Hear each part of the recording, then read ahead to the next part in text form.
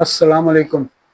Doctor इनाम, मैं बेशक कहता हूँ, आपको जानते तो हैं, मगर फिर भी मैं कहता रहता हूँ। मैं अभी कोशिश अपनी जारी रखे हुआ हूँ। कुछ इंटरेस्टिंग टॉपिक होते हैं, मैं कहता हूँ, जो मुझे इंटरेस्ट लगते हैं, जो हमारे कॉमनली हमें फेस करने पड़ते हैं ना, तो उनको मैं चाहता हूँ कि बारी बारी टच करूँ उनको, और कुछ इंटरेस्ट पैदा हो जाए, को फ़ायदा भी होता है। इसको मैं दोबारा काफ़ी दिनों के बाद दोबारा कह रहा हूँ कि ये इसकी नॉलेज जो थोड़ी बहुत मिलती है, कुछ इन्फॉर्मेशन मिलती है, उसको अपने तक महदूद ना रखें, इसको आगे स्प्रेड किया करें।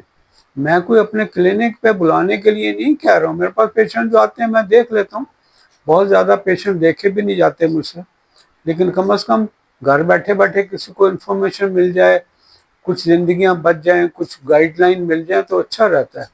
तो आज का मैंने टॉपिक सेलेक्ट किया था डीवीटी, डीप वेन थ्रोम्बोसिस है, और वेरिकोसिस है वेन की। हमें बड़ा कॉमन प्रॉब्लम है, बड़ा डेंजरस इशू है। ये काफ मसल नी के नीचे पिछली तरफ वो वेरिकोसिस बन जाती हैं, वेन्स इंगॉज हो जाती हैं। तो वो उनके अंदर, वेन्स के अंदर वेल्व्स होते हैं, आर्टीरियल साइड पे तो होते नहीं, वेन की साइड पे वेल्व्स होते हैं। उसको भी मैं किसी नेक्स्ट टॉपिक पे लूँगा। तो वो उनकी इनकॉम्पिटेंस हो जाए या और कोई कई तरह की वजूहत है, मैं डिस्कस करूँगा। तो इन टांगों में जो वेन्स में खून जम जाता है, और उसको आगे हार्ट की तरफ जाने में कोई रुकावट कोई नहीं है। वहाँ जमा हुआ खून बड़ा कई बार लीथल हो जाता है, यानी बड़ा वो ख़तरनाक हो जाता है, ज़िंदगी को ख़तरा लाक। पता नहीं कितने लोग रोज़ाना दुनिया में सिर्फ ये डीवीटी के बाद क्लॉट टूटने से, हार्ट की तरफ जाने से बहुत लोगों की डेथ होती है। मेरा ख्याल है हर मिनट पे दुनिया में कहीं ना कहीं ये लोग ऐसे होंगे जो कि इसकी वजह से दुनिया से चल बसे हैं। तो वेन्स जनरली आप देख लें कि टांगों के अंदर सुपरफिशियल वेन्स होती हैं, जो बिल्कुल सतह जिल्द के साथ बिल्कुल नीचे चलती हैं। उसकी सबसे बड़ी जो एग्जांपल है, ये ग्रेट सेफनस वेन है, जो आपके टखने से ऊपर निकलती है। और इसको वेन को आपने सेफनस वेन ग्राफ्ट लगते हैं, जो बाईपास होता है जिनका, दो तरह के ग्राफ्ट लगते हैं। एक तो आर्टरी टू आर्टरी ग्राफ्ट लगता है, अंदर से लेफ्ट इंटरनल मेमोरी आर्टरी है, या ये राइट इंटरनल जो है ना, वो इंटरनल मेमोरी आर्टरी है, तो उसके ग्राफ्ट लगते हैं। या फिर सेफनस वेन ग्राफ्ट होते हैं, ये सुपरफिशियल वेन्स है। ये बड़ी लंबी वेन है, इसको बस वेल्व होते हैं इसके अंदर स्पोर्ट, तो इसको उल्टा कर लेते हैं। मैंने पहले भी एक बार बताया था, वरना तो ब्लड आगे जा ही नहीं सकता, उसको रिवर्स करके उल्टा करके वो लगाते हैं। तो एक सुपरफिशियल वेन होगी है, ये मैंने बताया कि आपके स्किन को और सबकुटेनियस टिश्यू को ड्रेन करती हैं। वेन्स क्या होती हैं? जो डीऑक्सीनेटेड ब्लड है, अब गंदा ब्लड कह लें कि वो गंदे ब्लड को, यानी गंदा तो नहीं होता, वो को मिट्टी वाला नहीं होता, मतलब ये ऑक्सीजन कम हो जाती है, ऑक्सीजन टिश्यूज को मिल जाती है, वो जो डीऑक्सीनेटेड ब्लड को लेके जाती है। तो ये स्किन में और सबकुटेनियस टिश्यू। फिर उसके बाद डीप वेन्स हैं। डीप वेन्स मसल, जो हमारे इतने इंपॉर्टेंट मसल हैं टांगों के, उनको ड्रेन करती है। इनका नाम यूजुअली, डीप वेन्स का नाम वो जो उस एरिया की जो आर्टरी सप्लाई करती है ना, उसी के नाम पे होता है। जैसे वो उसके अंदर कोई कई तरह के नाम उन्होंने उसको दिए हुए होते हैं। तो ये मसल को ड्रेन करती हैं। इसके लिए एंटीरियर टिबियल वेन है, पोस्टीरियर टिबियल वेन है, फिर फिबुलर वेन है। फिबुला हमारी हड्डी के साथ साथ इसका नाम, उसका वो आर्टरी को भी वही नाम देते हैं। इसके साथ आपका पॉप्लिटियल वेन होती, पीछे जाती हैं। ये सारी की सारी इकट्ठी होके हार्ट की तरफ जाती हैं, आगे से आगे बड़ी होती जाती है। इन्फीरियर वेना केवा बन जाती है। इन्फीरियर वेना केवा हार्ट की राइट साइड पे राइट एट्रियम में जाती है। राइट एट्रियम से जो ट्राइकस्पिड वाल्व के थ्रू राइट वेंट्रिकल में जाती हैं, और राइट वेंट्रिकल से पल्मोनरी आर्टरी है, जो कि आर्टरी का काम है ऑक्सीजन वाला खून लेके जाना बॉडी में। लेकिन आर्टरी उसको कहते हैं जो हार्ट से दूसरी तरफ जाए, वेन उसको कहते हैं जो हार्ट की तरफ आए। तो ये पल्मोनरी आर्टरी है, ये वाहिद आर्टरियों में से है जो कि डीऑक्सीजनेटेड ब्लड, यानी जिसमें से ऑक्सीजन कम हो जाती है, उसको लंग्स में लेके जाता है। और लंग्स में तो फिल्टर लगे हुए हैं, वहाँ से उसको ऑक्सीजनेट होती है, हीमोग्लोबिन से, कार्बन डाइऑक्साइड निकल जाती है और ऑक्सीजन मिलती है, और फिर वो लेफ्ट हार्ट पे आती है। लेफ्ट हार्ट बॉडी को सप्लाई करता है। तो ये सारी वेन्स जो है ना, ये आपकी मैंने बता दिया सुपरफिशियल डीप है। अब डीवीटी यूजुअली बनती है डीप वेन से, जो हमारी मसल को सप्लाई करती है।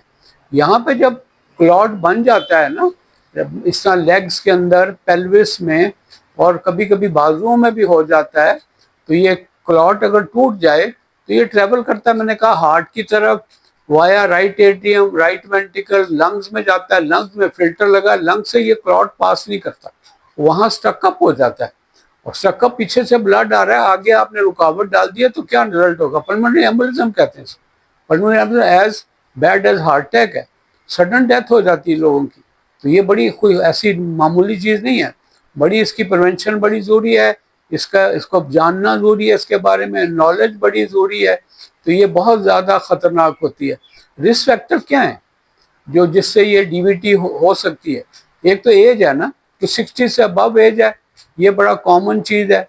फिर ये है कि आपका लैक ऑफ मूवमेंट है, बाजुओं की, टांगों की स्पेशली, मूव ना करें, लंबी देर बैठे रहें, और आप ड्राइविंग कर रहे हैं लंबी देर, या इवन फ्लाइंग आवर्स आपके बहुत ज़्यादा हैं और उसके अंदर आप आइल्स में मूव नहीं करते, तो इसका मतलब है कि आपकी टांगों के अंदर क्लॉट बन सकते हैं।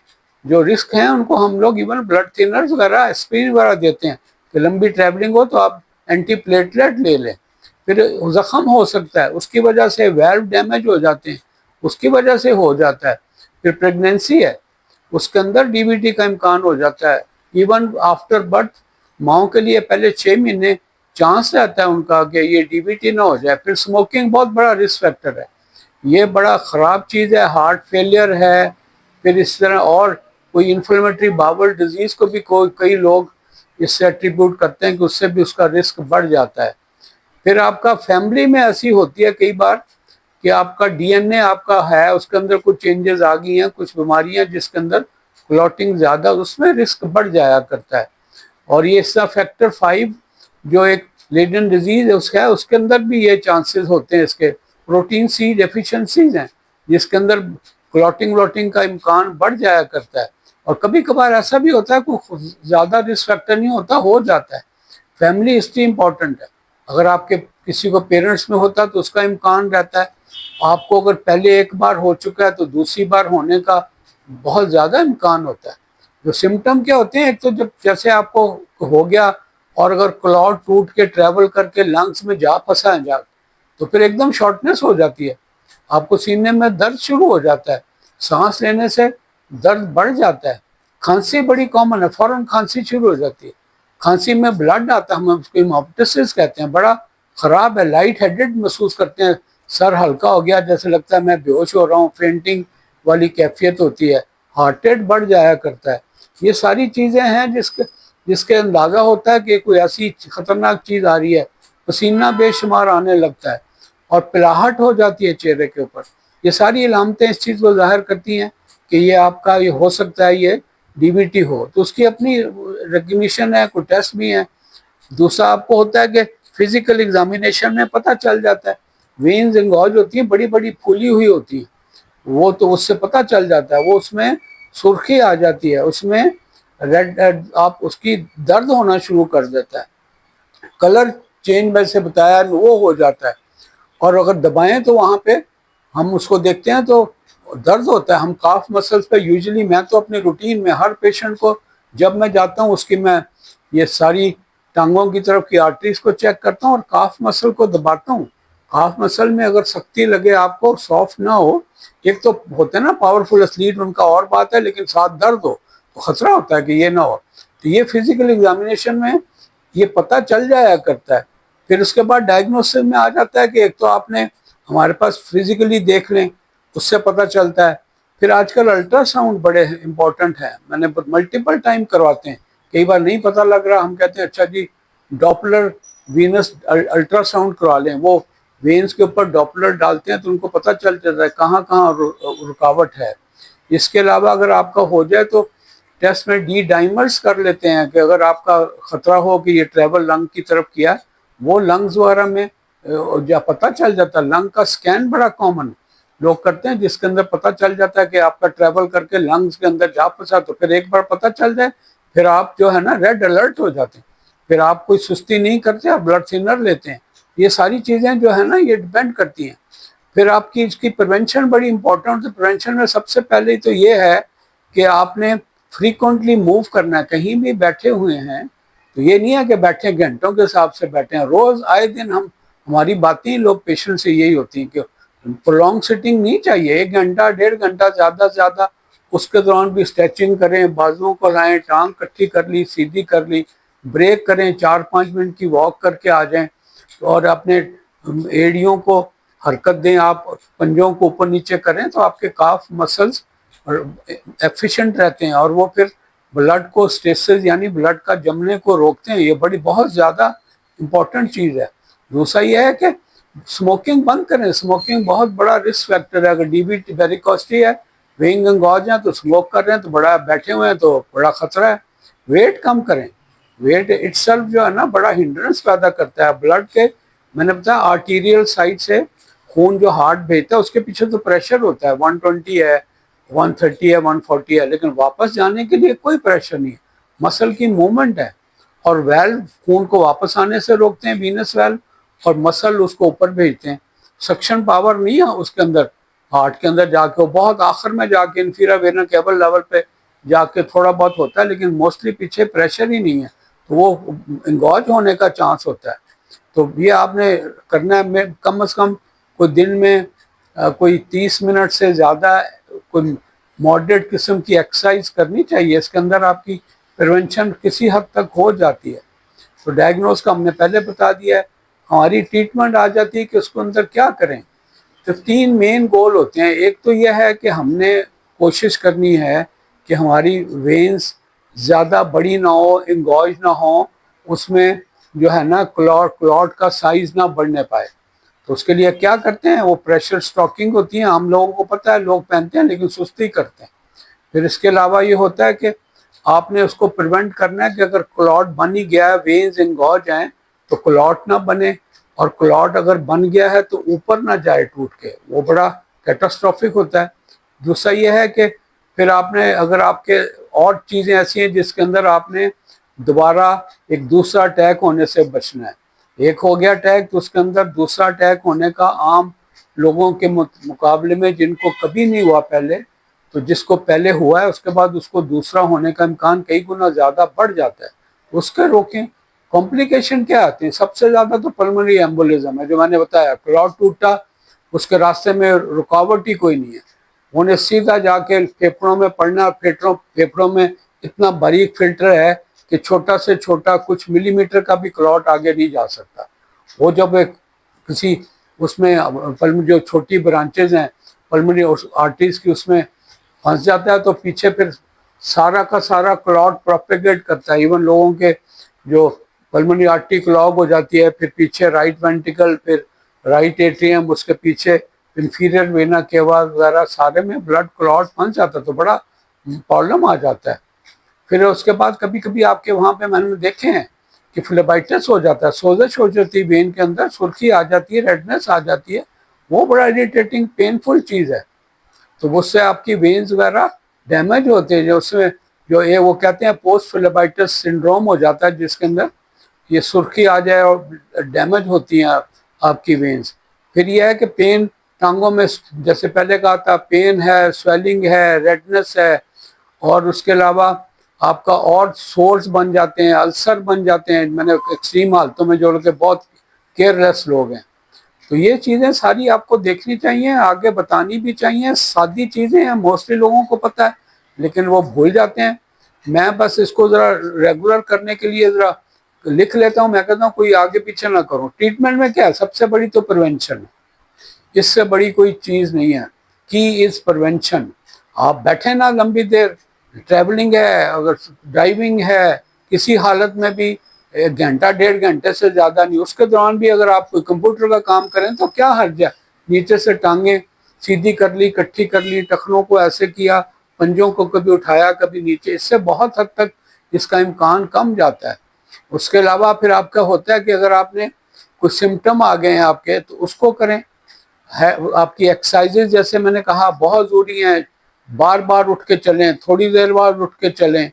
इसके अलावा आपको कोई और चीज़ों में, आपने अगर थ्रोम्बस बन जाता है तो उसके लिए फिर आपको दवाइयाँ लेनी पड़ती हैं, कुछ प्रिवेंशन के लिए लेनी पड़ती हैं, कुछ क्लॉट बने हुए को तोड़ने के लिए लेनी पड़ती है।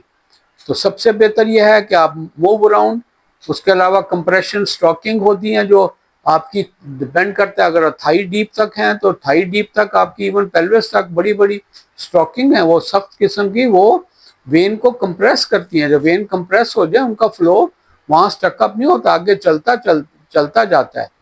फिर एंटी प्लेटलेट दे देते हैं लोग, वो उसको प्रिवेंशन के लिए है। फिर क्लॉट बस्टर्स हैं, फैक्टर 10 इनहिबिटर्स हैं आजकल बड़े, हमारे तो शुरू में तो नहीं होते थे, आजकल बहुत आए हैं। रिवोरॉक्सा बैन है, एपिक्सा बैन है, ये तो क्लॉट बने हुए को तोड़ती हैं। तो ये मेन स्टे है। हेपरिन है, हेपरिन ब्लड थिनर है, हेपरिन देते हैं लोग ताकि ये इसको प्रिवेंशन भी की जाए, उसका इलाज भी किया जाए। तो ये बहुत इंपॉर्टेंट चीज़ें हैं। उसके बाद अगर नहीं हो तो कभी कभी रेयरली जो चीज़ें करते हैं लोग कि वो मैश वगैरह डाल देते हैं। उनको पता चल जाए ये थ्रोम्बस है, यहाँ से टूट रहा है, तो उस वेन के आगे जाके एक फिल्टर लगा देते हैं। उसको वो फिल्टर, मैश फिल्टर कह लें, कि जैसे हम छलनी है, हमने उसमें आटा छानते हैं या कुछ करते हैं कि ताकि कुछ जो बड़े पार्टिकल्स हैं, कोई स्टोन वगैरह है, वो उसके अंदर ना जा सके, उस किस्म का फिल्टर आगे लग जाते हैं। तो बहुत ज़्यादा फिर आपका ये होता है कि आपने दवाइयाँ, टेबलेट हैं, हेपरिन टीकों की शक्ल में है, मुख्तलिफ तरह की हैं, रेगुलर हेपरिन है और दूसरी तरह की और रिक्स्ट्रा वगैरह सारी चीज़ें डॉक्टरों को पता होती हैं, वो लोग इसको मैनेज करते हैं। दूसरा ये है कि फैक्टर 10 इनहिबिटर मैंने पहले बता दिया, रिवोरॉक्साबैन है, एपिक्साबैन है। ज़्यादा एज है तो लो डोज में देनी है, ज़्यादा कम एज है तो हायर डोज में रिक्वायर्ड होती है। तो इसको जो मैश रिपेयर है, मैश रिपेयर कह रहा हूँ, मैश फिल्टर्स है ना, इसको वीना केवल फिल्टर्स भी कहते हैं। ये अंदर जाके आप फिल्टर लगाते हैं तो आपका ट्रैवल करने से बच जाता है। नीचे रहता है तो ठीक है, कम से कम वो फौरी तौर पे ज़िंदगी के लिए ख़तरा नहीं होता। तो इसलिए वो ये बड़ी चीज़ें हैं। तो आखिर में ये है कि डीवीटी को रिकग्नाइज करना, उसकी सबसे बड़ी जो इम्पोर्टेंट चीज़ है प्रिवेंट करना, और अगर हो जाए तो प्रिवेंशन पे 10 गुना ज़्यादा जोर लगाना है कि दोबारा ना हो जाए, कहीं दोबारा ना हो जाए। और ये है कि मूव अराउंड, एक्सरसाइज करें और लोगों को बताएं कि ये मुमकिन है। कोई कहे टांग में दर्द है, रेडनेस है, स्वेलिंग है, तो उसको फ़ौरन कहें कि डॉक्टर से कॉन्टेक्ट करें। और आप खुद भी, जैसे अगर ये चीज़ें आपको पता है तो खुद भी कर सकते हैं।